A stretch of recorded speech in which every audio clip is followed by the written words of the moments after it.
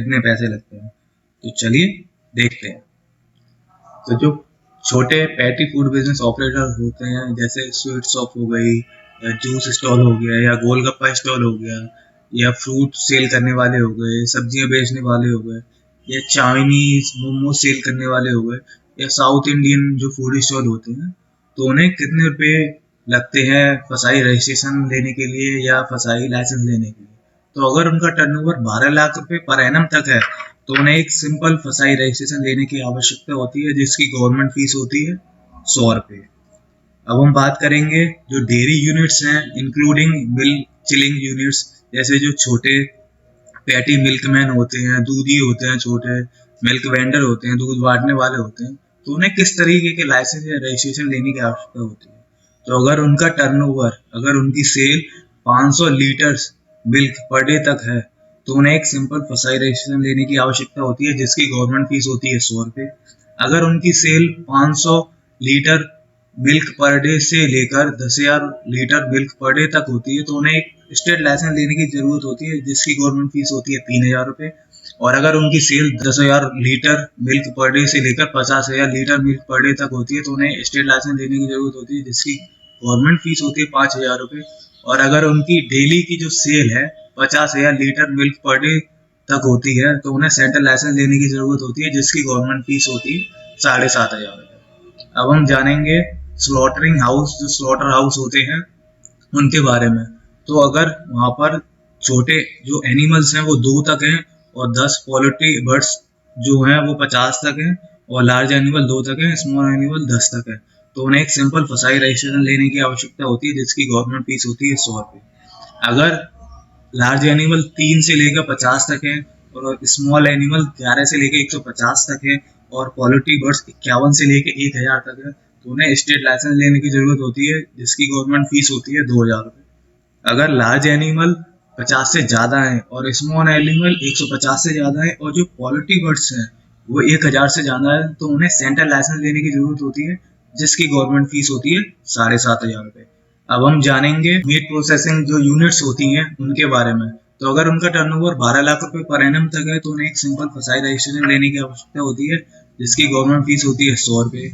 और अगर उनकी sale 500 KG meat per day से लेकर 150 मीट पर एनम तक है, तो उन्हें स्टेट लाइसेंस लेने की आवश्यकता होती है, जिसकी गवर्नमेंट फीस होती है 3,000 रुपये। और अगर उनकी sale 500 KG meat per day से ज्यादा होती है, तो उन्हें सेंट्रल लाइसेंस लेने की आवश्यकता होती है, जिसकी गवर्नमेंट फीस होती है 7,500 रुपये। अब हम जानेंगे जो ऑल अदर मैन्युफैक्चरिंग यूनिट्स हैं उनके केस के बारे में। तो अगर उनका टर्नओवर 12 लाख पर एनम तक है, तो उन्हें एक सिंपल फसाई रजिस्ट्रेशन लेने की आवश्यकता होती है, जिसकी गवर्नमेंट फीस होती है 100 रुपये। और यदि उनकी प्रोडक्शन कैपेसिटी 100 केजी या 100 लीटर से लेकर 1 टन पर डे तक है, तो उन्हें स्टेट लाइसेंस लेने की आवश्यकता होती है, जिसकी गवर्नमेंट फीस होती है 3,000 रुपये। और अगर उनकी प्रोडक्शन कैपेसिटी 1 मीट्रिक टन से लेकर 2 मीट्रिक टन पर डे तक है, तो उन्हें स्टेट लाइसेंस लेने की आवश्यकता होती है, जिसकी गवर्नमेंट फीस होती है 5,000 रुपये। और यदि उनकी production capacity 2 metric tonne per day से ज्यादा है, तो उन्हें सेंट्रल लाइसेंस लेने की आवश्यकता होती है, जिसकी गवर्नमेंट फीस होती है 7,500 रुपये। अब हम बात करेंगे जो फूड और हेल्थ सप्लीमेंट्स के सेलर हैं, उन्हें किस तरीके के लाइसेंस या रजिस्ट्रेशन लेने की आवश्यकता होती है। तो उनके केस में उन्हें सेंट्रल लाइसेंस लेने की आवश्यकता होती है, जिसकी गवर्नमेंट फीस होती है 7,500 रुपये। अब हम बात करेंगे कोल्ड स्टोरेज जो होती है, उनके केस में क्या होता है। अगर उनका टर्नओवर 12 लाख पर एनम तक है, तो उन्हें एक सिंपल फसाई रजिस्ट्रेशन लेने की आवश्यकता होती है, जिसकी गवर्नमेंट फीस होती है 100 रुपये। अगर उनकी स्टोरेज कैपेसिटी 10,000 मीट्रिक टन तक है, तो उन्हें स्टेट लाइसेंस लेने की आवश्यकता होती है, जिसकी गवर्नमेंट फीस होती है 2,000 रुपये। और यदि उनकी स्टोरेज कैपेसिटी 10,000 मीट्रिक टन से भी ज्यादा है, तो उन्हें सेंट्रल लाइसेंस लेने की आवश्यकता होती है, जिसकी गवर्नमेंट फीस होती है 7,500 रुपये। अब हम बात करेंगे ट्रांसपोर्टर के केसेस में। जो ट्रांसपोर्टर है उन्हें किस तरीके के लाइसेंस या रजिस्ट्रेशन लेने की आवश्यकता होती है। तो जो मिल्क टैंकर्स होते हैं या जो ऑयल टैंकर्स होते हैं, जिन टैंकरों में सामान एक जगह से दूसरी जगह जाता है, उन्हें अगर उनका टर्नओवर 12 लाख रुपए पर एनम तक है, तो उन्हें एक सिंपल फसाई रजिस्ट्रेशन लेने की आवश्यकता होती है, जिसकी गवर्नमेंट फीस होती है 100 रुपये। और यदि उनके पास 100 व्हीकल्स तक हैं, या उनका टर्नओवर 30 करोड़ पर एनम तक है, तो उन्हें स्टेट लाइसेंस लेने की आवश्यकता होती है, जिसकी गवर्नमेंट फीस होती है 2,000 रुपये। और यदि उनके पास 100 से ज्यादा व्हीकल्स हैं, और उनका टर्नओवर पर एनम 30 करोड़ से ज्यादा है, तो उन्हें सेंट्रल लाइसेंस लेने की आवश्यकता होती है, जिसकी गवर्नमेंट फीस होती है 7,500 रुपये। अब हम बात करेंगे होलसेलर के बारे में कि जो व्यक्ति होलसेल का काम करते हैं उन्हें किस तरीके की लाइसेंस या रजिस्ट्रेशन लेने की आवश्यकता होती है। तो जिन व्यक्तियों का टर्नओवर 12 लाख रुपए पर एनम तक है, जो होलसेल का काम करते हैं, उन्हें एक सिंपल बसाई रजिस्ट्रेशन लेने की आवश्यकता होती है, जिसकी गवर्नमेंट फीस होती है 100 रुपये। और यदि उनका टर्नओवर 30 करोड़ पर एनम तक है तो उन्हें स्टेट लाइसेंस लेने की आवश्यकता होती है, जिसकी गवर्नमेंट फीस होती है 2,000 रुपये। और यदि उनका टर्नओवर 30 करोड़ पर एनम से ज्यादा है तो उन्हें सेंट्रल लाइसेंस लेने की आवश्यकता होती है, जिसकी गवर्नमेंट फीस होती है 7,500 रुपये। अब हम बात करेंगे डिस्ट्रीब्यूटर के केस में। डिस्ट्रीब्यूटर के केस में क्या चार्जेस होते हैं, तो यदि उनका टर्नओवर 12 लाख पर एनम तक है तो उन्हें एक सिंपल फसाई रजिस्ट्रेशन लेने की आवश्यकता होती है, जिसकी गवर्नमेंट फीस होती है 100 रुपये। और यदि उनका टर्नओवर 20 करोड़ पर एनम तक है तो उन्हें स्टेट लाइसेंस लेने की आवश्यकता होती है, जिसकी गवर्नमेंट फीस होती है 2,000 रुपये। और यदि उनका टर्नओवर 20 करोड़ पर एनम से ज्यादा है तो उन्हें सेंट्रल लाइसेंस लेने की आवश्यकता होती है, जिसकी गवर्नमेंट फीस होती है 7,500 रुपये। अब हम बात करेंगे रिटेलर्स के केस में क्या चार्जेस होते हैं। तो यदि उनका टर्नओवर 12 लाख पर एनम तक है तो उन्हें एक सिंपल बसाई रजिस्ट्रेशन लेने की आवश्यकता होती है, और जिसकी गवर्नमेंट फीस है 100 रुपये। और यदि उनका टर्नओवर 20 करोड़ पर एनम तक है तो उन्हें स्टेट लाइसेंस लेने की आवश्यकता होती है, जिसकी गवर्नमेंट फीस होती है 2,000 रुपये। और यदि उनका टर्नओवर 20 करोड़ पर एनम से ज्यादा है तो उन्हें सेंट्रल लाइसेंस लेने की आवश्यकता होती है, जिसकी गवर्नमेंट फीस होती है 7,500 रुपये। अब हम बात करेंगे अगले केस के बारे में, जो है होटल्स के बारे में। तो होटल्स के केस में यहाँ पर उन्हें कैटेगराइज वाइज बांटा गया है, जैसे 5 star hotel, 3 star hotel, 1 star hotel. तो जिन होटल्स का टर्नओवर 12 लाख पर एनम तक है उन्हें एक सिंपल फसाई रजिस्ट्रेशन लेने की आवश्यकता होती है, जिसकी गवर्नमेंट फीस होती है केवल 100 रुपये। और यदि कोई होटल 1 स्टार है, 2 स्टार है या विदाउट स्टार है तो उसे स्टेट लाइसेंस लेने की आवश्यकता होती है, जिसकी गवर्नमेंट फीस होती है 2,000 रुपये। और यदि कोई होटल 3 स्टार या 4 स्टार है तो उसे स्टेट लाइसेंस लेने की आवश्यकता होती है, जिसकी गवर्नमेंट फीस होती है 5,000 रुपये। और यदि कोई होटल 5 स्टार या उससे ज्यादा 7 स्टार है तो उसे सेंट्रल लाइसेंस लेने की आवश्यकता होती है, जिसकी गवर्नमेंट फीस होती है 7,500 रुपये। अब हम बात करेंगे रेस्टोरेंट के केस में ये फीस क्या है। तो यदि रेस्टोरेंट का टर्नओवर 12 लाख पर एनम तक है तो उन्हें रजिस्ट्रेशन कराना होता है, जिसकी फीस होती है 100 रुपये। और यदि उनका टर्नओवर 20 करोड़ पर एनम तक है तो उन्हें स्टेट लाइसेंस लेना होता है, जिसकी गवर्नमेंट फीस होती है 2,000 रुपये। और यदि उनका टर्नओवर 20 करोड़ पर एनम से ज्यादा है तो उन्हें सेंट्रल लाइसेंस लेने की आवश्यकता होती है, जिसकी गवर्नमेंट फीस होती है 7,500 रुपये। अब हम बात करेंगे क्लब्स या कैंटीन्स के बारे में। तो यदि क्लब या कैंटीन्स का जो टर्नओवर है 12 लाख पर एनम तक है तो उन्हें एक सिंपल फसाई रजिस्ट्रेशन लेने की आवश्यकता होती है, जिसकी गवर्नमेंट फीस होती है 100 रुपये। और यदि उनका टर्नओवर 12 लाख पर एनम से ज्यादा और 20 करोड़ पर एनम तक है तो उन्हें स्टेट लाइसेंस लेने की आवश्यकता होती है, जिसकी गवर्नमेंट फीस होती है 2,000 रुपये। अब हम बात करेंगे कैटरर के केस में कि जो फूड सर्विस एस्टेब्लिशमेंट हैं उन्हें अगर उनका टर्नओवर 20 करोड़ पर एनम तक है तो उन्हें स्टेट लाइसेंस लेने की आवश्यकता होती है, जिसकी गवर्नमेंट फीस होती है 2,000 रुपये। और यदि उनका टर्नओवर 20 करोड़ पर एनम से ज्यादा है तो उन्हें सेंट्रल लाइसेंस लेने की आवश्यकता होती है, जिसकी गवर्नमेंट फीस होती है 7,500 रुपये। अब हम बात करेंगे फूड वेंडिंग एजेंसीज के बारे में।